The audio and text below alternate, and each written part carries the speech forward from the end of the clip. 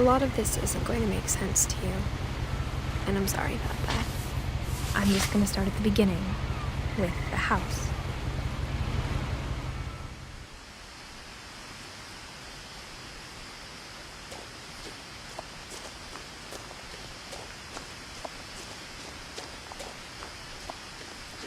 I lived here until I was 11, but I wasn't allowed inside half the rooms.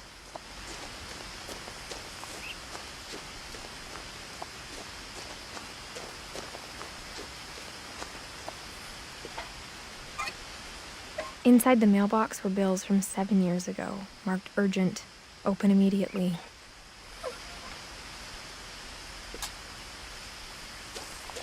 I hadn't been back since my brother Lewis's funeral.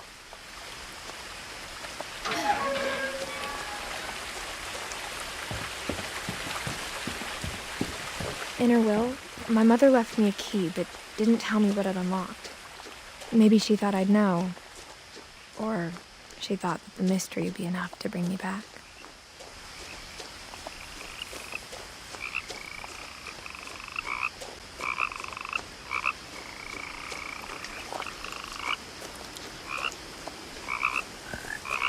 The truth is, even after I inherited the house, I never thought I'd come back to it. But now I had questions about my family that only the house knew the answers to. The woods around the house have always been uncomfortably silent, as if they're about to say something but never do.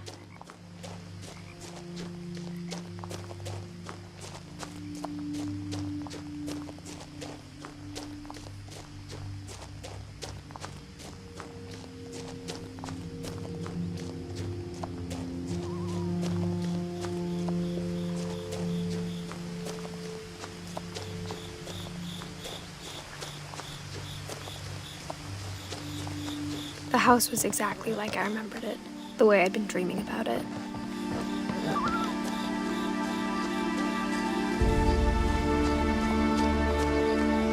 As a child, the house made me uncomfortable in a way I couldn't put into words.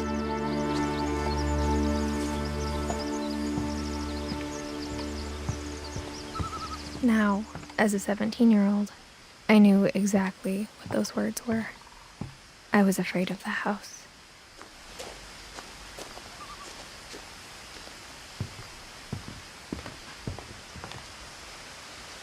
I hoped the key might unlock the front door. It didn't.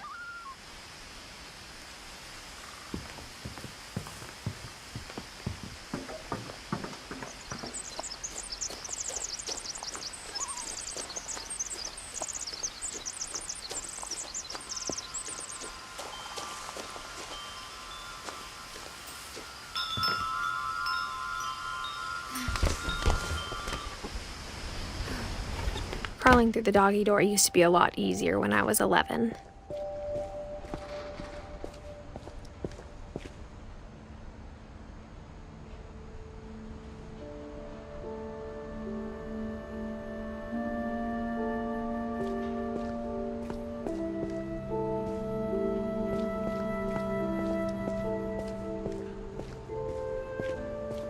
For the first time in years,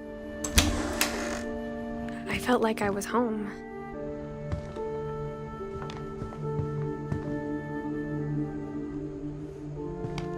But instead of a family, there were just memories of one.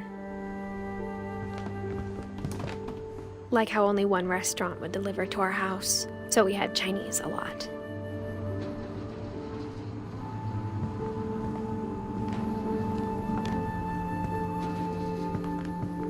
Or how after Lewis started working at the cannery, we all got sick of eating salmon. Except our cat, Molly.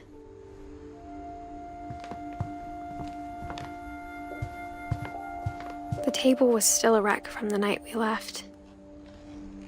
It was like a bomb had gone off, killing everyone but sparing the furniture.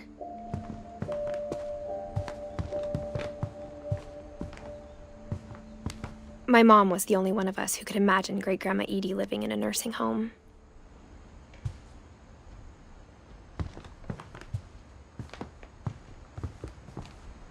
Nothing in the house looked abnormal. There was just Too much of it, like a smile with too many teeth. Even the fireplace had a story. Edie told me the bricks came from the original house, after it sank.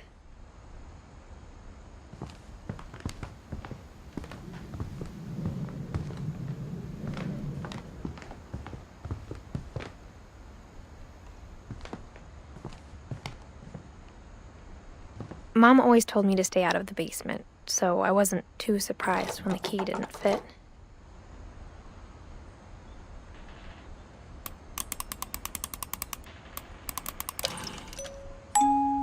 Great-Grandpa Sven built a music box for Barbara, along with the rest of the house.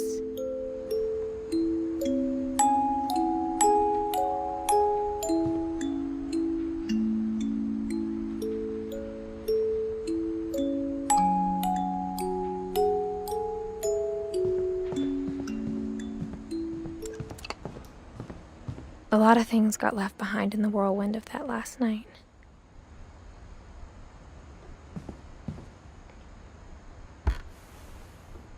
Edie told me once that every Finch who ever lived is buried somewhere in the library.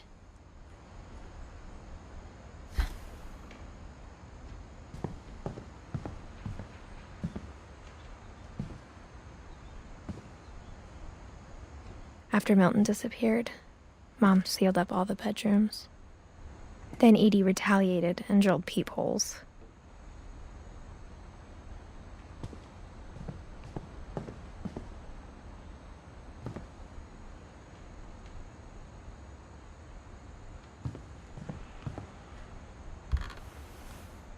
Molly always seemed like a girl I could imagine being friends with, if she hadn't died in 1947.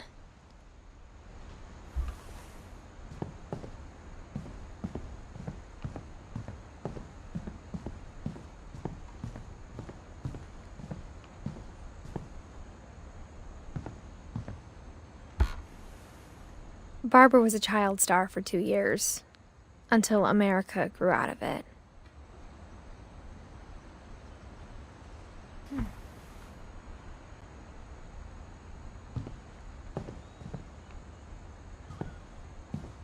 Whenever people ask me about my family, the first thing they always want to know about is Barbara.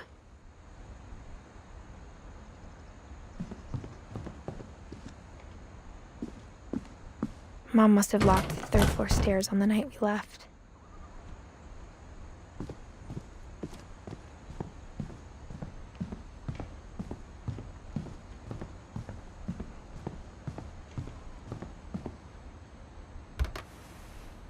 My Grandpa Sam spent 7 years sharing a room with his dead brother, Calvin.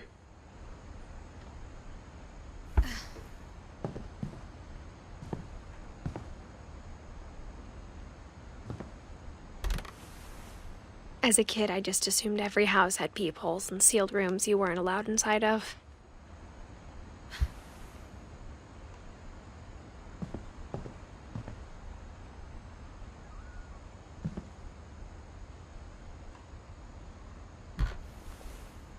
The last time I was in Edith Sr.'s room, I was 10 and she was painting my portrait.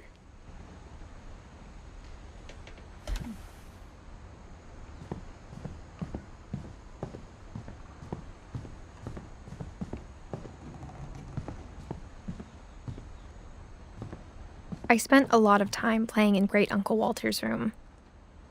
I think my mom sometimes regretted not sealing it up.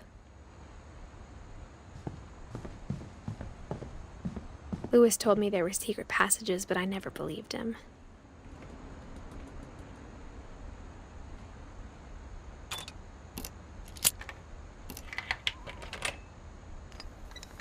Turns out, my mom was really good at keeping secrets. Now it was time to find out what my mom had been afraid of.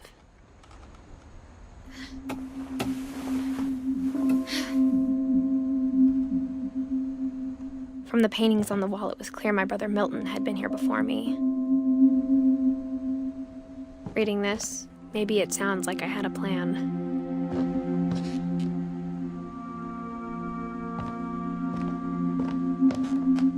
But I had no idea what was behind that door.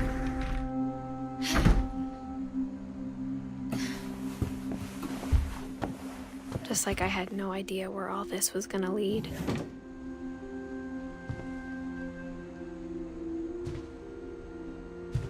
I grew up looking at Molly's room through the peephole. Molly's gerbil had a tiny bedroom with its own even tinier gerbil cage.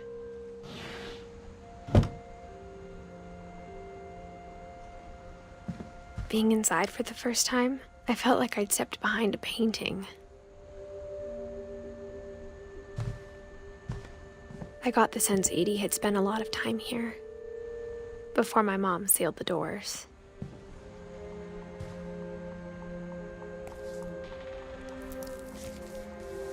December 13th, 1947. Dear Diary, I'll be gone soon, but I wanted to tell somebody about what's gonna happen. It started when Mom sent me to bed without dinner. I woke up and I was starving, so I looked around for something to eat.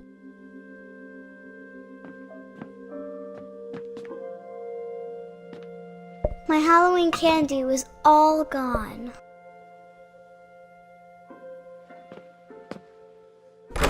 Mom, can I come out now? Sweetheart, it's late. Go to sleep. The gerbil food was dry, but I didn't mind it.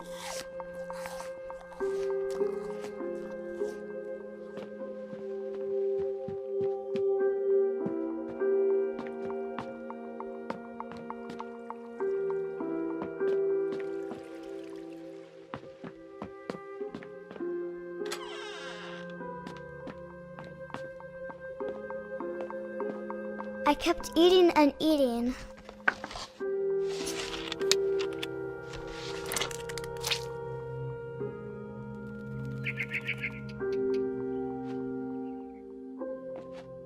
I ate a lot of things that night.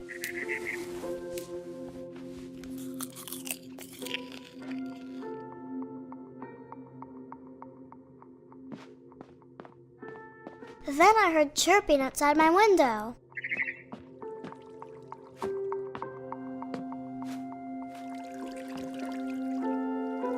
I thought about eating Christopher, but I held back.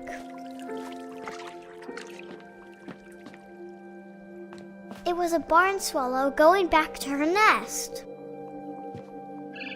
I reached out for her.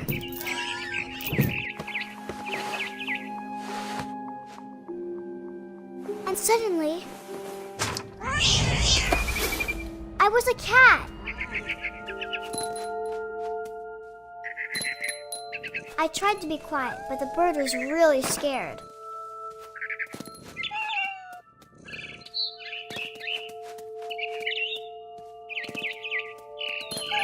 Mom and Dad didn't even look at me.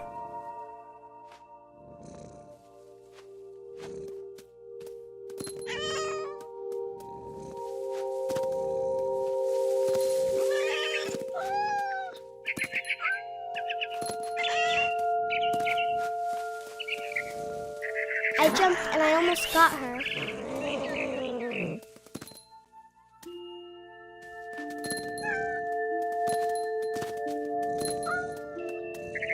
I could tell she was getting really tired.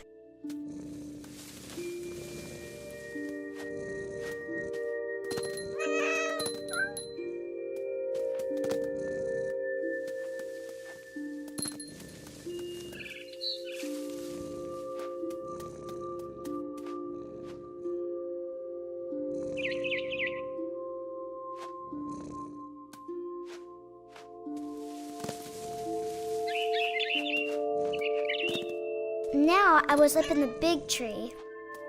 I promised Dad I wouldn't climb it anymore. All I cared about was eating that mama bird.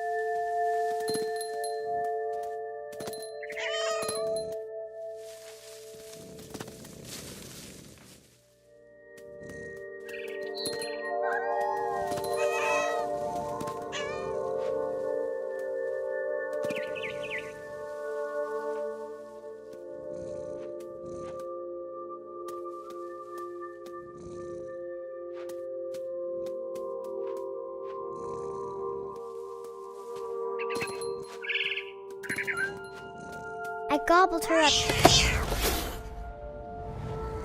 And suddenly, I was an owl. First, all I heard was the wind. Then I heard little teeth nibbling in the grass.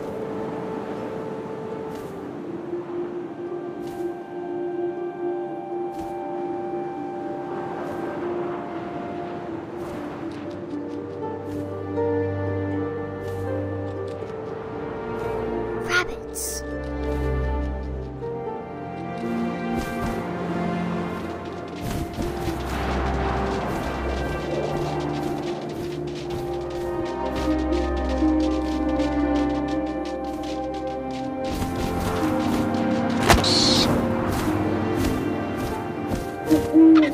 I imagined his face looking up and seeing mine through my talons.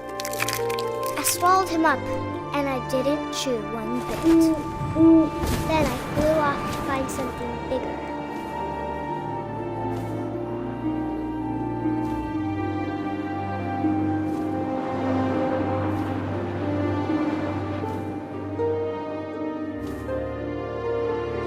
A mama rabbit.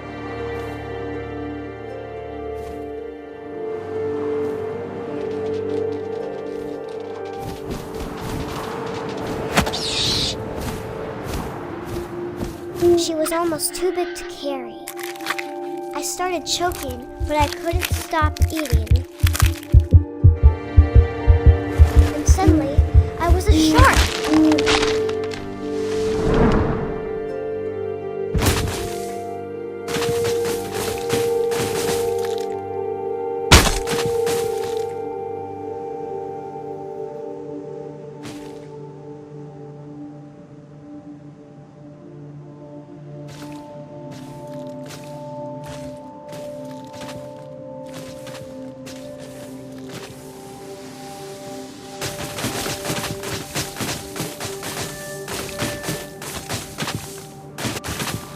I rolled off a cliff and into the ocean. Now, I was hungrier than ever.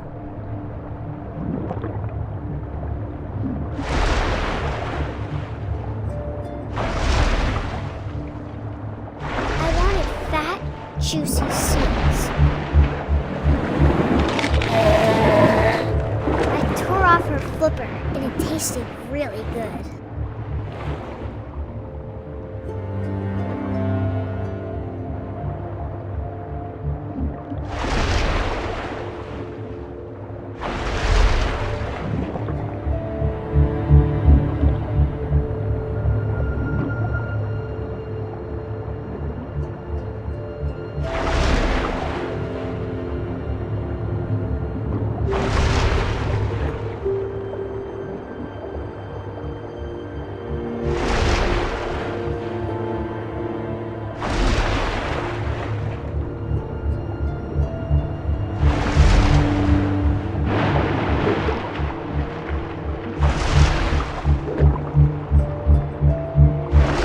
Grabbed on tight. When I was so hungry, I jumped out of the water. When I opened my eyes, everything had changed.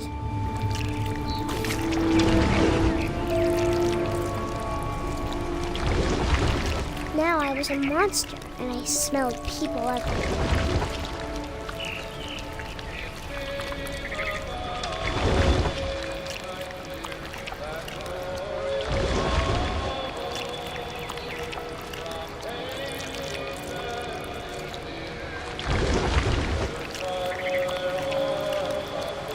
I was big, but I moved real quiet.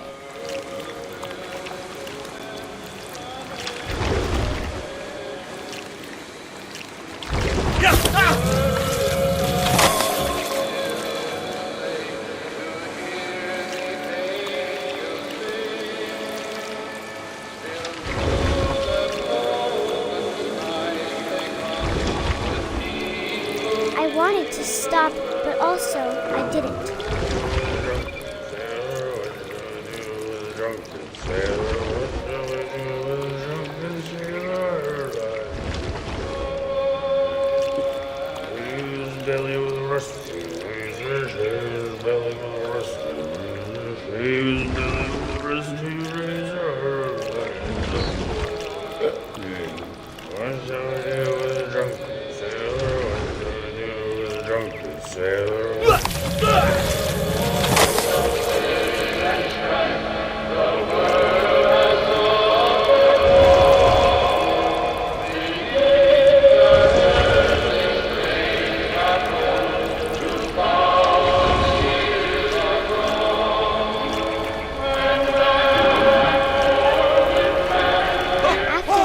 Passenger, I was still hungry. And across the water, I smelled something new. Something I had to have, so I swam towards it.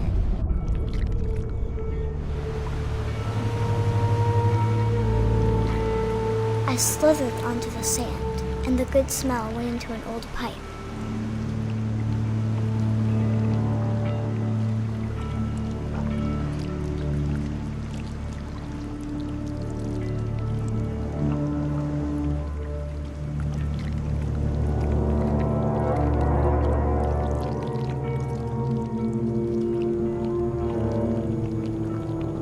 I got closer and closer.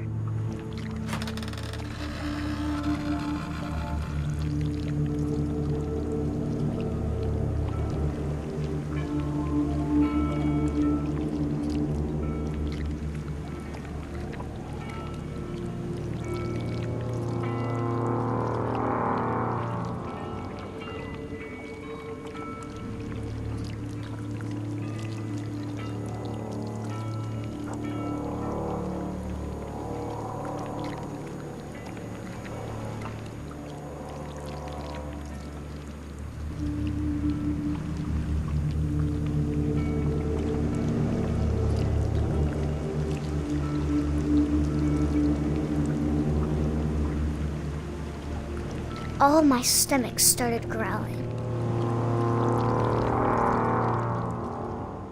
And suddenly, I was me again. I held my breath for a long time, but I couldn't hear anything. I think it's waiting for me to fall asleep. But it's not going to wait much longer. It needs to feed, and we both know I will be delicious.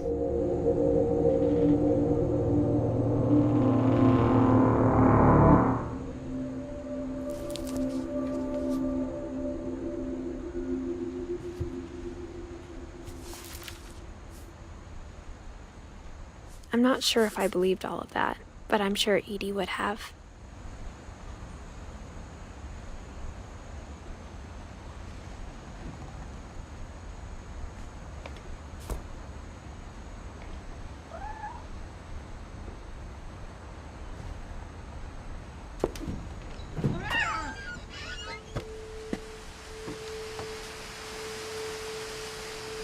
This will be obvious later, but my mom never told me any of these stories. Edie would have, but Mom didn't like bringing up the past. Though, when we adopted a stray kitten, she was the one who named it Molly. I spent a lot of time in Great-Grandma Edie's room.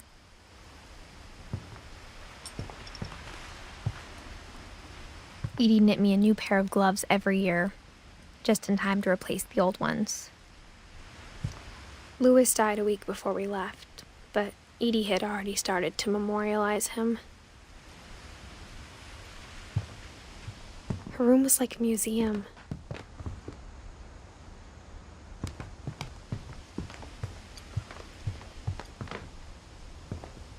When Edie told people Sven was killed by a dragon, she could also have said he was building a dragon-shaped slide that collapsed.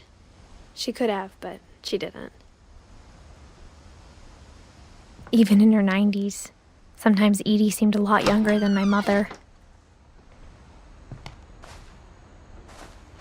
The only trace Grandpa Sam's first wife Kay left on the house was the pink bathroom.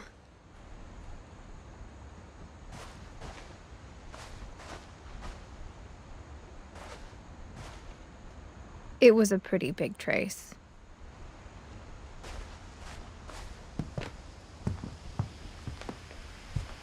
Edie gave a big interview about a mole man living under the Finch house.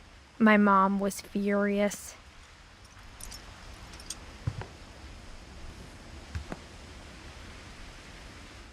I hadn't thought of myself as Edith Jr. for a long, long time.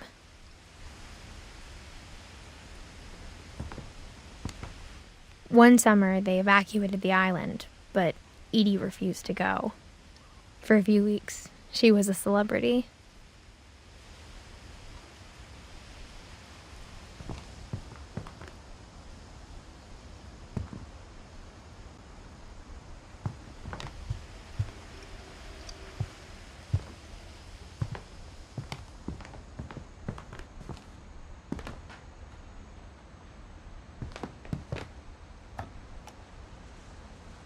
For 500 years, the Finches have been famous throughout Norway for their fortune and misfortune. Odin Finch buries the latest victims of the family curse, his wife Ingeborg and their newborn son, Johan. On January 7th, 1937, he set sail with his family and his house, hoping to leave the curse behind.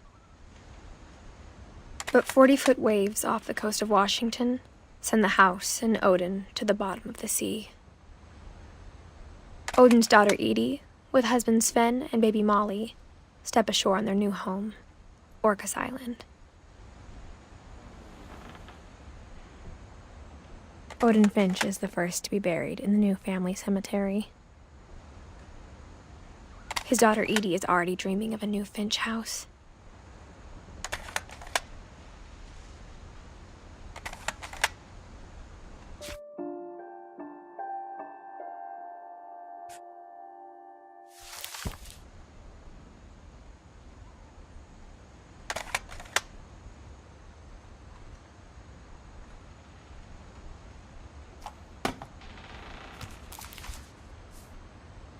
Whatever's wrong with this family, it goes back a long ways.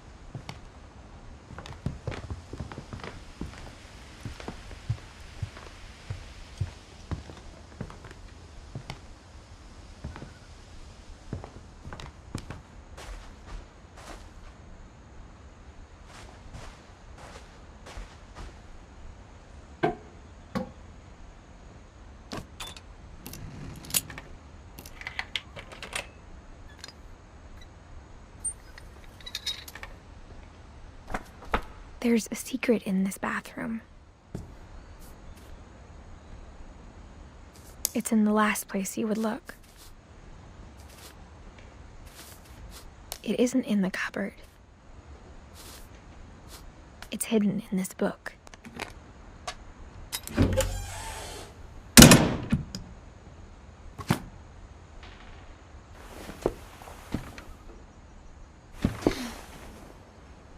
Sven gave Sam an old camera he'd refurbished. He never put it down.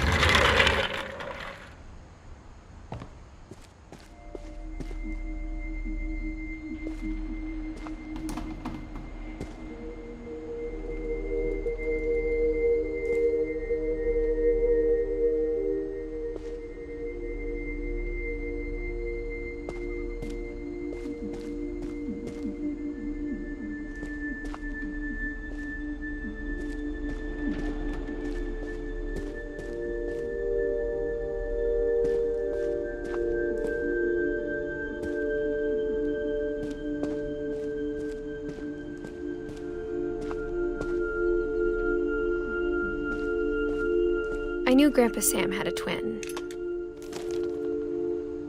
and that he never talked about him.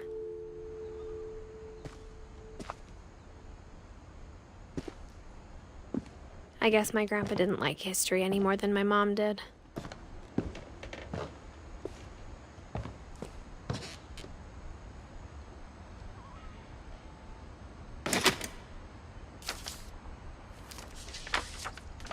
How I Want to Remember My Brother by Sam Finch. The thing I remember is that when he made up his mind, that was it. My brother said he'd die before he ate another mushroom, and he did. At Barbara's funeral, we swore we'd never be afraid again, and he wasn't. I think Calvin always wanted to fly.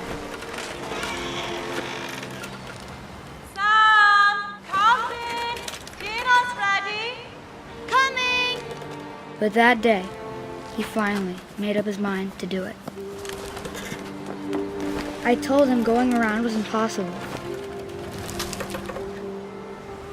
Maybe if I hadn't said that.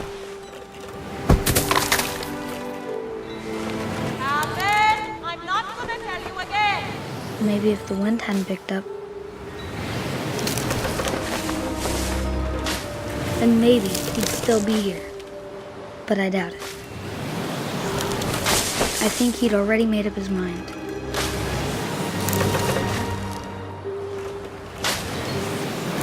That's what I want to remember about my brother.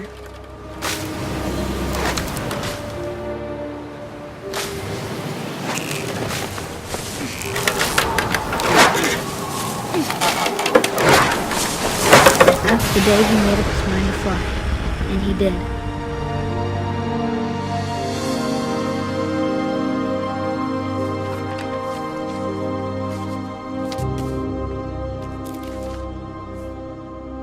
Calvin's story felt strangely familiar.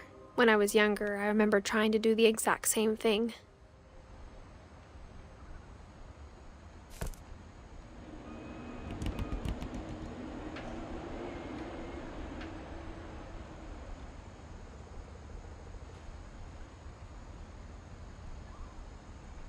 After the funeral, Edie roped off Calvin's half of the room.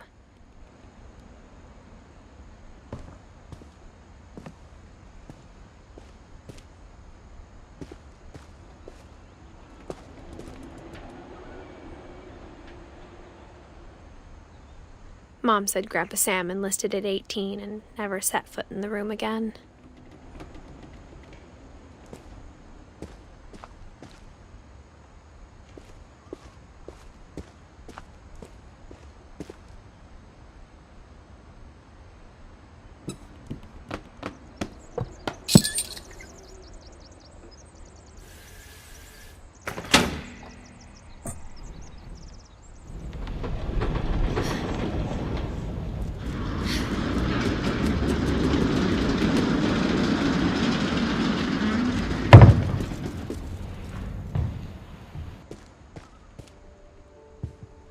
The passages were a pretty tight fit.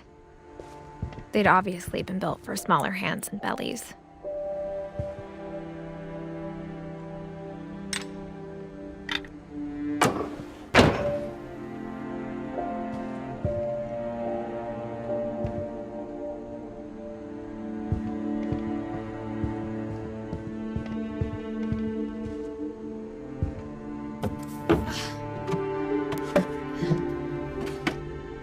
Growing up, I always thought of Barbara as a child star.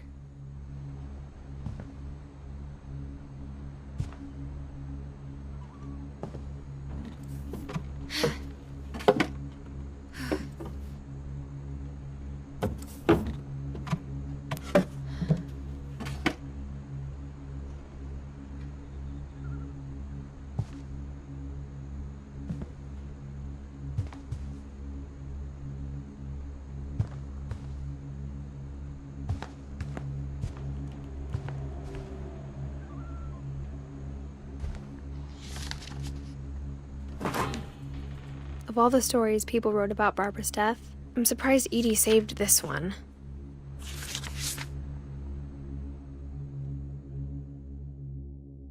Old Jack here with another ghastly tale inspired by America's most unfortunate family. I'm calling it The Surprise Ending of Barbara Finch. As a child star, Barbara was famous for her scream. Now at 16, she was all washed up, a has-been. But in a lucky break, she'd been asked to perform her signature scream at a local convention for monster movie fans. It was just the boost her career needed. Unfortunately, her scream hadn't aged well. Getting better. I think you just need the right motivation. Her biggest fan and current boyfriend, Rick, was about to demonstrate when... Now that was a great scream. It was Barbara's father, Sven. He'd slipped into a table saw and had to be rushed to the emergency room. So Barbara got stuck babysitting her youngest brother, Walter. Her convention comeback was cancelled. Okay, I'm hearing frustration, but I'm not hearing terror. What if I tried... A gang of hoodlums in Halloween masks have been terrorizing Orcas Island tonight. Police are urging residents to... That came from the basement. You're right! Also, I loved your delivery on that. Why is your basement door locked? Because my dad likes making puzzles and secret passages. There's a key hidden in the music box. The secret is to keep winding and winding until finally the key pops out. Thanks, babe. I'll be back in a sec. 20 minutes later, Rick hadn't returned. So Barbara went to look for him, right on cue. She reached for the music box. And as she wound the key, she listened for Rick, but the house was silent.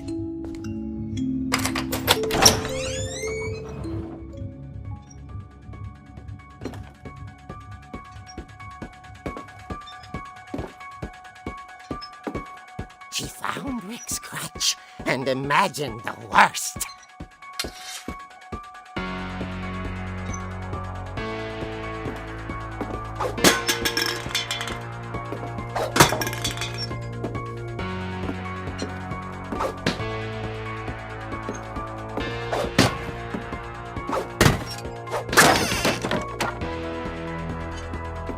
The gang's leader is the infamous Hookman killer, Dr. Carl Hamill, who impaled and then ate his family 10 years ago tonight.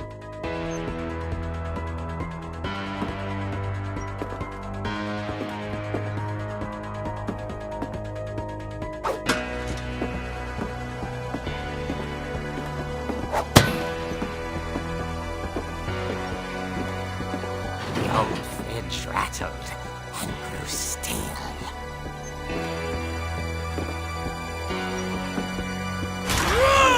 Oh dear!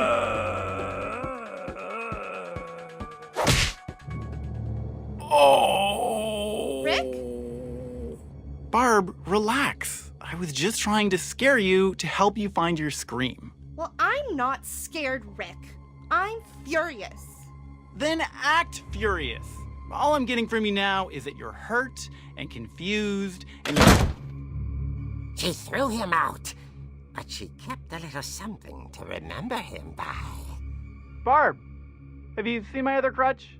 And she was still holding it when she fell asleep watching the Late Late Picture Show. Hours later... Barbara! Walter, what's going on up there? Ah! Okay, I'm coming up, but if this is a trick, you're dead, Walter.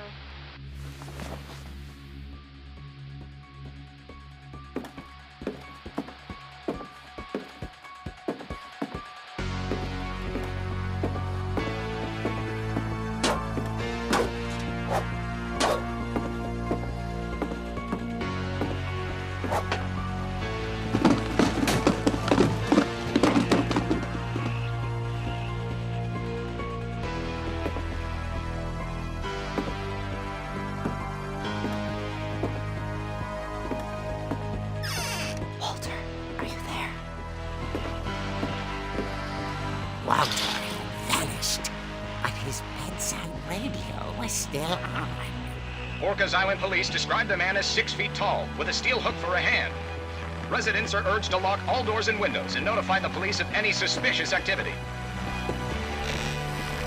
Barbara turned, saw the hook man, and was speechless.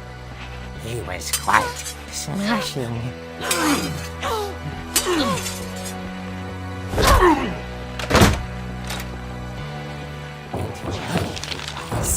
He couldn't get enough of Barbara. Okay, Barbara, there's gotta be another way out of here. That night, she played her part beautifully.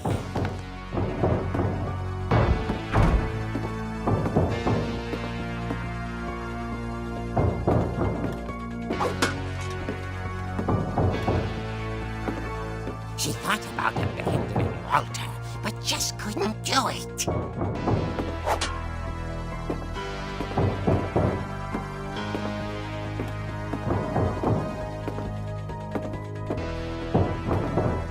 Molly's door hadn't been opened in years. The hinges groaned.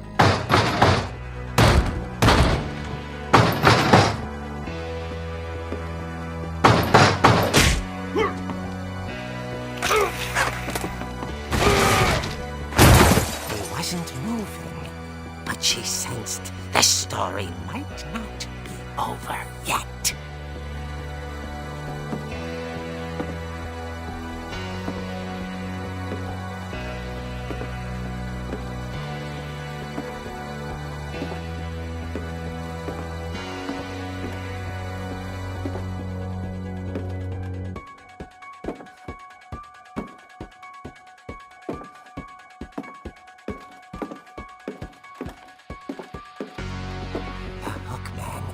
Vanished. She listened for his breathing, but all she heard was...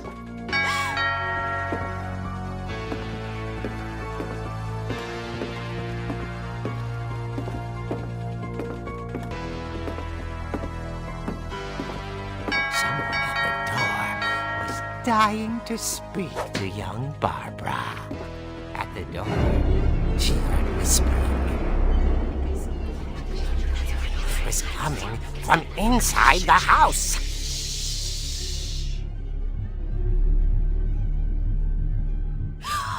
Oh dear. Surprise! Bravo, Barbara! You were wonderful! The monsters had come to surprise her. For Barbara, it was a dream come true. Then she saw what kind of monsters they were, and she realized what was about to happen. She was going to be famous. And with her final breath, Barbara Finch gave the performance of her life.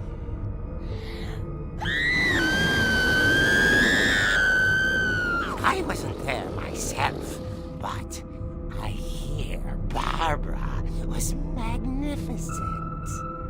Poor girl. She had a taste for stardom. But unfortunately, so did her fans.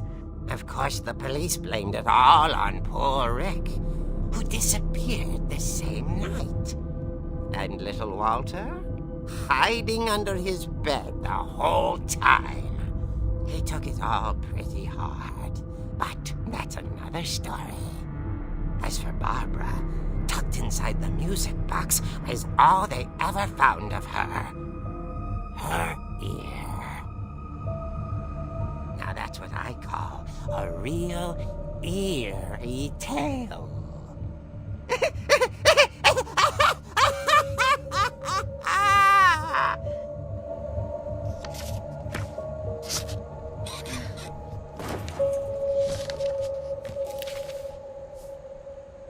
Edie told me all Barbara wanted was to be remembered, as absurd as that comic was. Maybe what Edie saw was a happy ending.